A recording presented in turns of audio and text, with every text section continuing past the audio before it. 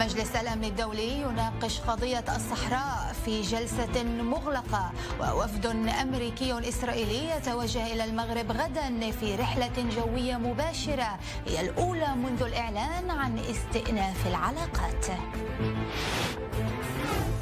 اجتماع دولي بشأن الاتفاق النووي. ألمانيا تحث الإيرانيين على عدم تفويت فرصة التفاهم مع بايدن، وطهران تجدد رفضها التفاوض على اتفاق جديد. مرحبا بكم من جديد. وفد أمريكي بقيادة جاريد كوشنر كبير مستشاري الرئيس الأمريكي المنتهي ولايته دونالد ترامب أجرى لقاءات مع رئيس الوزراء الإسرائيلي بنيامين نتنياهو ومسؤولين كبار آخرين.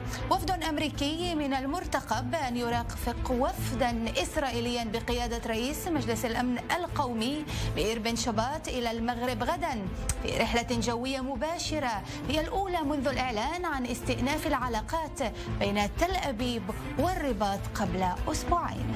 يتزامن ذلك مع جلسة يعقدها مجلس الأمن الدولي لمناقشة التطورات المتسارعة التي عرفها ملف الصحراء، خصوصا بعد إبلاغ الإدارة الأمريكية الأسبوع الماضي منظمة الأمم المتحدة بموقفها الجديد والمتمثل في اعتبار الصحراء جزءا من التراب المغربي.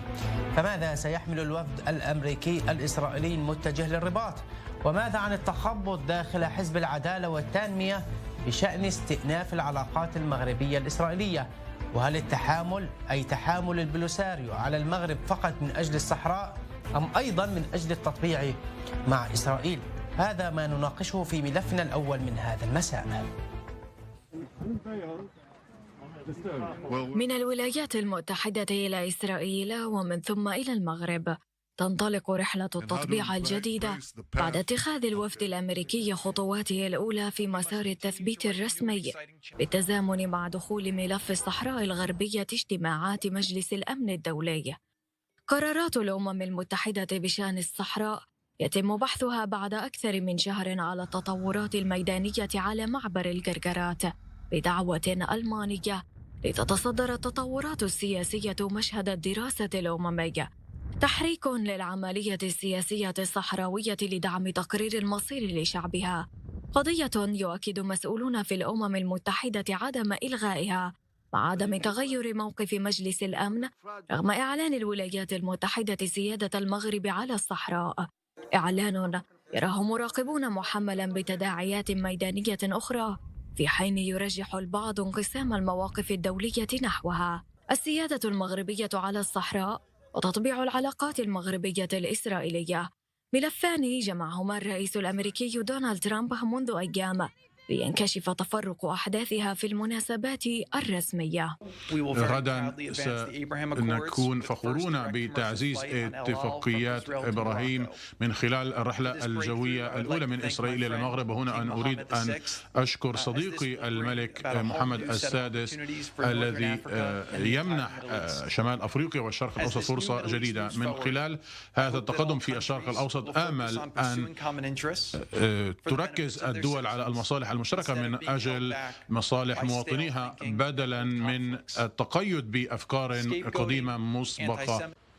عشرة اتفاقيات في مجالات أبرزها الطيران الجوي والسياحة والنقل والماء والطاقة والصناعة يتوقع أن يوقع عليها الوفد الأمريكي الإسرائيلي مع المغرب في الرباط رغم التكتم من الحكومة المغربية تفاديا لإحراج أحزاب داخلية معارضة للتطبيع وفقا لتقارير. والحديث أكثر حول هذا الموضوع ينضم إلينا دكتور عبد الرحيم المنار إسلامي رئيس المركز الأطلسي للدراسات الاستراتيجية والأمنية من الرباط، والأستاذ محشوب المليحة عضو اللجنة الإدارية لتجمع المدافعين الصحراويين عن حقوق الإنسان من بروكسل، وروان رجولي محللة سياسية مختصة في الشأن الأمريكي من واشنطن. مرحبا بكم جميعا، ودعيني أبدأ معك أستاذة روان. إذا ماذا سيحمل الوفد الأمريكي الإسرائيلي المتجه للرباط، لا سيما وأن المسؤولين المغربيين يقولون إنه مجرد استئناف للعلاقات وليس تطبيعا، وما الذي يرمي إليه طاقم ترامب في أيامه الأخيرة؟ نعم، تحية لك ولضيوفك وللمتابعين. يعني نعم، حتى مع استئناف العلاقات كانت مطبعة، يعني وجود العلاقات هذا نوع من التطبيع، أو حتى العلاقات الرسمية. ولكن فيما يتعلق بالشق الأمريكي، أريد أن أركز على ناحية أن شمال أفريقيا وبالأخص يعني نحن نتكلم عن الجزائر، المغرب وتونس، يعني هي الآن يعني ساحة معارك أو ساحة جديدة للمصالح الدولية، ويعني أمريكا من جهة وروسيا والصين من جهة أخرى. لذلك فالوفد الأمريكي ذهب بعدة يعني ملفات تتعلق بتعزيز وتقوية مكان الولايات المتحدة الأمريكية على الأقل في منطقة في منطقة الصحراء الغربية وفي المغرب، وتعزيز وجود الولايات المتحدة الأمريكية، لأن الانتشار الصيني بالتحديد في تلك المنطقة الجغرافية يعني مع تراجع الوجود الأمريكي فيها يعني هو من أحد أهم الأسباب المعنية بها الأمن القومي الأمريكي في تلك الناحية. لذلك سوف يذهب الوفد الأمريكي بمجموعة ملفات كما أشرت في التقرير، يعني تتعلق بالماء وتتعلق بالتعاون الأمني والعسكري، وأيضا هناك الحديث عن وهو ليس رسميا يعني ولكن الحديث عن إنشاء قاعدة عسكرية مستقبلا. نعم دكتور عبد الرحيم، أيضا المغرب هي الدولة المغاربية الوحيدة التي تقيم علاقات مع إسرائيل بعدما قطعت موريتانيا علاقاتها في عام 2010. لكن على ماذا تراهن الرباط، خصوصا وأن هذه الإدارة الأمريكية على أعتاب المغادرة؟ وأيضا ماذا عن التخبط داخل حزب العدالة والتنمية بشأن استئناف العلاقات المغربية الإسرائيلية؟ أولا دعني أوضح بأن العلاقات بين المغرب وإسرائيل هي علاقات مختلفة عن كل الدول العربية. لماذا؟ لأنه طيلة السنوات الماضية كانت هناك اتصالات وكانت هناك لقاءات في محطات متعددة. وقفت هذه العلاقات لأسباب يعرفها الجميع، ولكن أقول هناك خصوصية. لماذا؟ لأن هناك مليون يهودي مغربي موجودين في إسرائيل، وظلت هذه الرابطة موجودة. لهذا نحن مختلفين عن باقي الدول العربية. لا يمكن أن نقارن مثلا مع الجزائر أو مع تونس أو مع موريتانيا. هذا مع العلم أن كل هذه الدول أعتقد بأنها لها رغبة، والمغرب كانت له الشجاعة لهذه الشروط التي تحدثت عنها لكي يقيم ويعيد هذه العلاقات. يعيد هذه العلاقات على المستوى الداخلي. يلاحظ بأنه ليس ما يقوله الكثيرون من خارج المغرب، بل هناك المغاربة كلهم يعرفون جيدا بأن هويتهم في الدستور المغربي في الديباجة هناك العبرية. يعرفون بأن هناك يهود مغاربة موجودين ويدافعون عن المغرب وعن مصالح المغرب. إذن الأمر هو عادي، باستثناء بعض التيارات التي هي لا تعترف. هذه التيارات معروفة، تيارات إسلامية التي لا تعترف بمفهوم الإقليم، لا تعرف مفهوم الدولة. لكن أنت تتحدث عن تيارات ربما تكون مؤثرة، تتحدث عن حزب العدالة والتنمية، وهو يعني حزب نافذ في المغرب. حزب العدالة والتنمية، حزب العدالة والتنمية يقود الحكومة، ولم يصدر منه رسميا أي بلاغ مثلا ضد هذا القرار. أنا لا أتحدث، لأن الكثير يخلط بين حزب العدالة والتنمية وحركته الدعوية التي هي حركة أخرى، ولكن أو بعد خروج بعض الشخصيات. حزب العدالة والتنمية هو منضبط، هو مع القرار، بمعنى أنه يقود الحكومة، هو مسؤول. وغدا سترى وزراء من حزب العدالة والتنمية موجودين يوقعون الاتفاقيات. هنا يجب أن نميز، لأن هناك حركات إسلامية أخرى، أتحدث عن العدل والإحسان وغيرها، ولكن هي لها مفاهيم أخرى وغير موجودة على مستوى اتخاذ القرار. إذن يجب أن ننتبه. نحن لا ندخل في إطار ما يسمى بالتطبيع. التطبيع هو مصطلح شرق أوسطي. نحن نعيد العلاقات مع إسرائيل، وظلت هذه العلاقات هي ظلت موجودة. وقلت بأن هناك هوية مغربية. من يقرأ ديباجة الدستور سينتبه إليها. لا أتحدث مثلا عن هجوم يأتي من دول جوار، يأتي من وصلت الفكرة. دعني أن أنتقل لو سمحت إلى الأستاذ محشوب. إذن هل التحامل على المغرب فقط من أجل الصحراء أم أيضا من أجل التطبيع مع إسرائيل؟ ولماذا كل هذا التحامل على الرباط وها هي تونس باتت مرشحة للانضمام لقطار التطبيع وفقا لما كشفته صحيفة نيويورك تايمز الأمريكية؟ شكرا على الاستضافة. بالنسبة لسؤالك أختي الكريمة، لا يجب الخلط فعلا هنا بين القضيتين، قضية الشعب الصحراوي والقضية الفلسطينية. فيما يتعلق بالتحامل على المغرب، نلاحظ أن هناك غياب الشجاعة لدى نظام الاحتلال المغربي لإعلان العلاقات مع إسرائيل، وهذه في النهاية تبقى علاقات ثنائية بين الطرفين لا تعني الصحراويين في شيء. ولكن ما نلاحظ هو محاولة نظام الاحتلال المغربي استعمال الصحراء الغربية كشماعة لتمرير هذا القرار على القوى الديمقراطية والقوى الحرة داخل الشعب المغربي. فيما يتعلق باستئناف الرحلات فهذا ليس بجديد، فكانت هناك دائما رحلات بين الطرفين. الجديد في الامر هو انها يعني مباشره دون المرور عن فرنسا واسبانيا.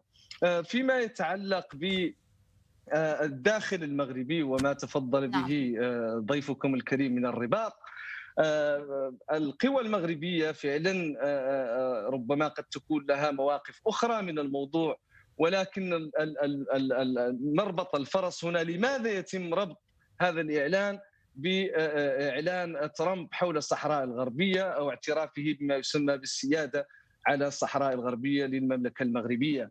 وهذا يعتبر في نهاية المطاف قرار مناقض أولا للشرعية الدولية، ويتناقض مع قرارات مجلس الأمن، والتي كان آخرها القرار الذي صاغته وصادقت عليه الولايات المتحدة الأمريكية، ويعتبر تراجعا في الموقف التقليدي الأمريكي فيما يتعلق بقضية الصحراء الغربية، كما يتعلق بإعلان ويلسون لسنة 1918 الذي يشكل ركيزة أساسية لتأسيس الولايات المتحدة الأمريكية في حد ذاتها. ومن جهة أخرى فإعلان ترامب هذا يسمح أو يعطي إشارة خضراء لنظام أو قوة الاحتلال المغربي في الصحراء الغربية لارتكاب مزيد من انتهاكات الجسيمة لحقوق سنأتي على ذلك في إطار هذا الملف. أستاذة روان، أيضا مجلس الأمن يعقد جلسة مغلقة بشأن الصحراء، وإعلان ترامب الاعتراف بسيادة المغرب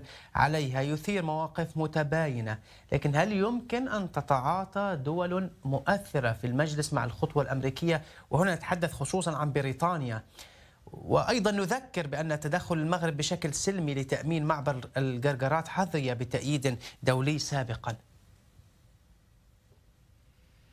نعم، أريد أن أذكر أن النزاع أو النزاع في الصحراء الغربية هو من أقدم النزاعات في القارة الأفريقية، وما قام به الرئيس ترامب هو عمليا تبني مقترح المغرب في 2007 الذي يقوم على أساس ويعطي المنطقة الصحراء الغربية أو البوليساريو يعطيهم حق الحكم الذاتي ولكن ليس الانفصال. عندما تحدث الرئيس ترامب قال أن الحل غير واقعي. حتى أريد أن أتوجه إلى ضيفك في بروكسل، كيف سوف يكون هناك دولة منفصلة قائمة بحد ذاتها ونحن نتحدث عن 30 عاما من دون إطلاق نار، والمنفذ الوحيد وهو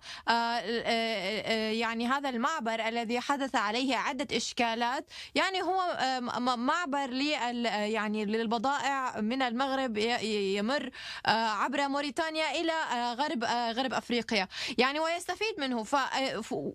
الموضوع يعتبر فعلا من النزاعات القديمة، ولقد تغير شكل العالم خلال هذه الأعوام الماضية. لذلك كان هناك مصلحة للولايات المتحدة الأمريكية في هذا النزاع، وهي وأيضا مصلحة أمريكا هي الوقوف مع الرباط في هذا النزاع والحل الذي قدمته الحكم الذاتي وليس الانفصال. وأيضا هناك موضوع التمدد الصيني وأيضا التمدد الروسي. ونحن شهدنا أن الموقف في مجلس الأمن كان مرفوضا من قبل روسيا. يعني روسيا كانت أعلنت أنها يعني لا توافق على هذا القرار، ويعني لم يكن هناك يعني كما قلت كما أشرت هناك انقسام. ولكن أريد أن أشير أيضا أن يعني هذه المنطقة يعني مسيطر عليها 80% من قبل المملكة المغربية. لذلك ما قام به ترامب هو مشابه لي ما حدث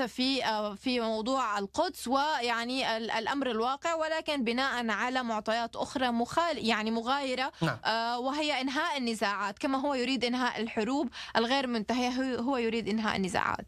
نعم، لننتقل إلى دكتور عبد الرحيم. إذن تنظيم هذا الاجتماع جاء بطلب من ألمانيا لتكثيف جهود التوسط لإبرام اتفاق يدعم حق تقرير مصير الشعب الصحراوي، والرباط دائما ما تتهم بأنها هي من تعرقل العملية السياسية وترفض تنظيم استفتاء وتمكين بعثة الأمم المتحدة من أداء مهامها. تعقيبك؟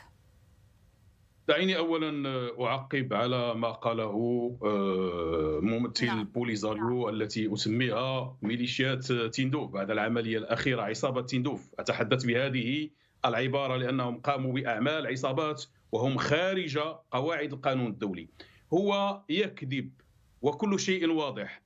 قبل أيام الجزائر التي تحتضنهم نظمت صلاة جمعة تدعو فيها على المغرب وعلى إسرائيل. هل ينكر هذه المسألة الدولة التي تحتضنهم؟ كيف تقول بأن المشكل هو فقط مع المغرب وليس مع إسرائيل وليس مع أمريكا؟ هل هناك، لا أعتقد بأن تعتقد بأن العالم لا يسمع. المسألة الثانية، هل تقرؤون القانون الدولي أم لا؟ 17 قرار.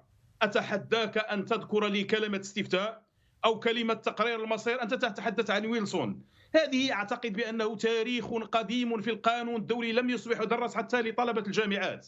كيف تتحدث عن هذا؟ أنتم تكذبون، وحتى رموز زورتموها. قبل أيام خرجنا بوثائق يتحدث على أنكم زورتم رموز كانوا وحدويين. أعتقد بأنه لا أحد يسمع هذه الأساطير ولا أحد يتحدث عن استفتاء. أعتقد بأنه واضح أن المجتمع الدولي فهم جدا بأن هناك الجزائر وليس هناك ما يسمى بميليشيات البوليزاريو. هناك أشخاص هم محتجزين. أكبر جريمة في التاريخ أن تحتجز 45 سنة تحتجزون أشخاص لم يخرج منهم ولا شخص، وحتى ملاكم أو عداء لم يخرج. أليس هذه جريمة؟ تعتبر أكثر جريمة. إذن يجب أن نتحدث بوضوح.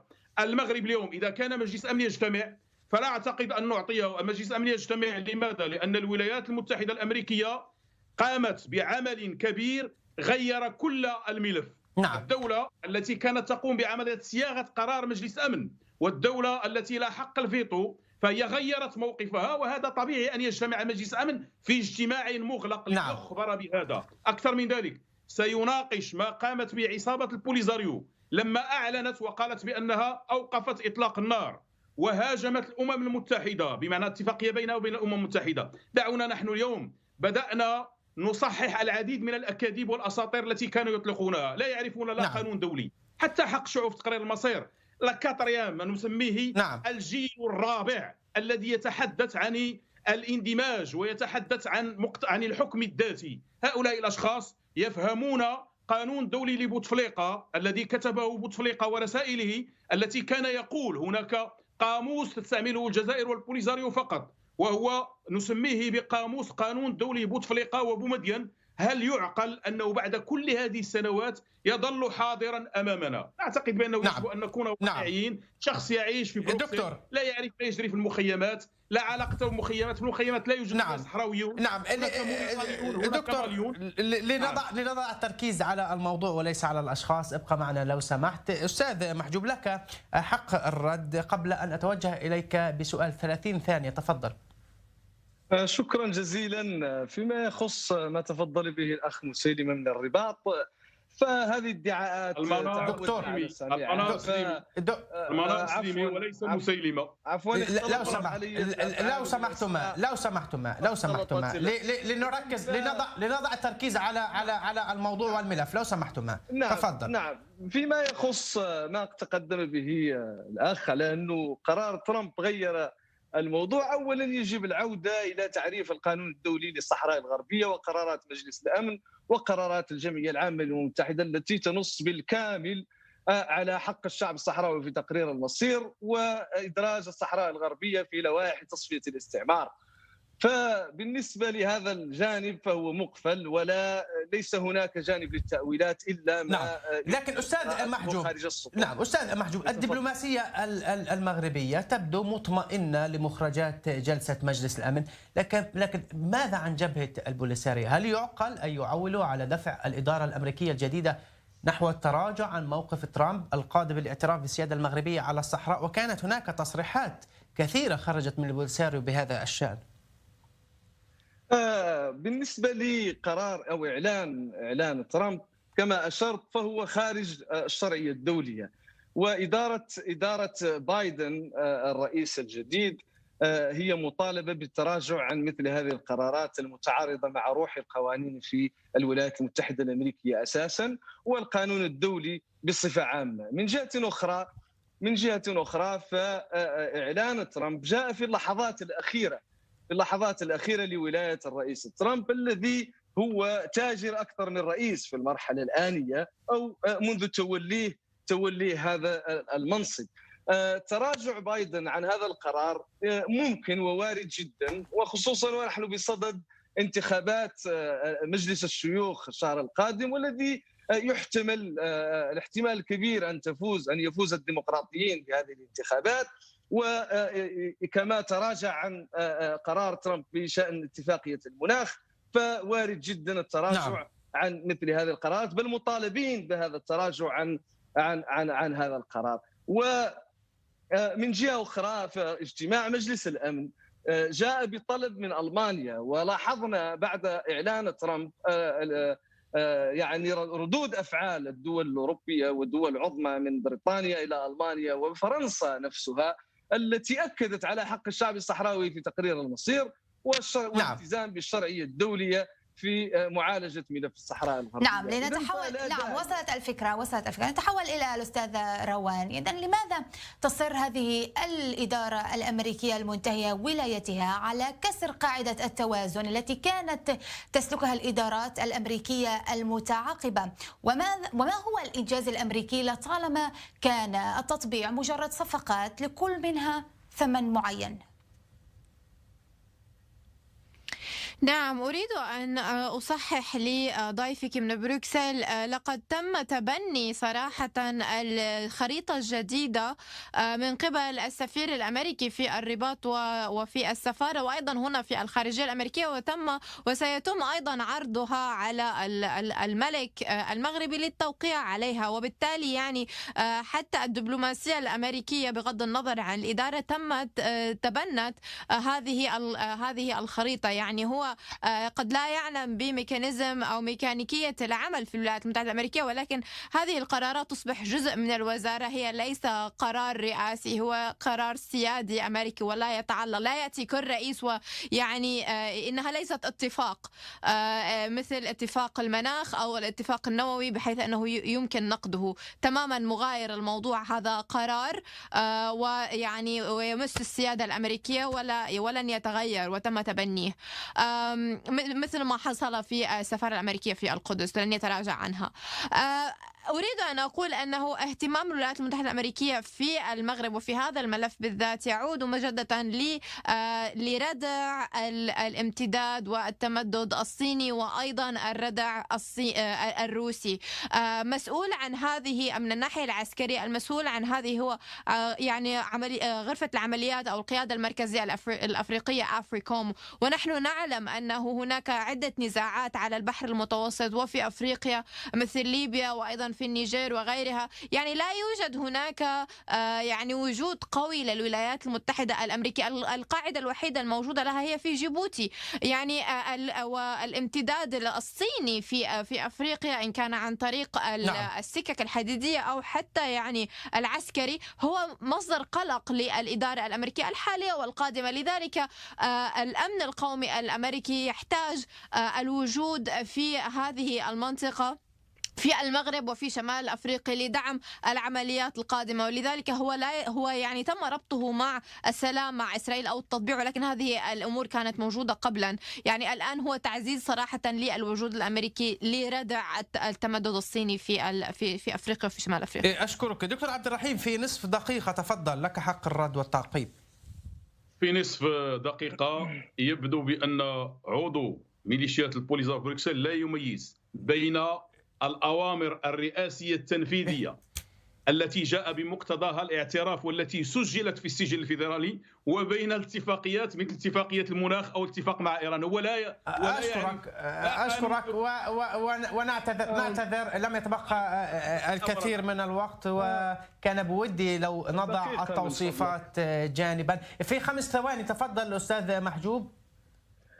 شكرا جزيلا لك. فاذا فكما قلت اعلان ترامب يتطلب بالضروره مصادقه من الكونغرس لتفعيله. اشكرك اعتذر متوقع الوقت. استاذ محجوب المليح، عضو اللجنه الاداريه لتجمع المدافعين الصحويين، شكرا جزيلا لك. دكتور عبد الرحيم المنار الاسلامي رئيس مركز الاطلسي للدراسات، والاستاذه روان نرجول المحلله السياسيه، شكرا جزيلا لكم جميعا. مشاهدينا دقائق ونعود.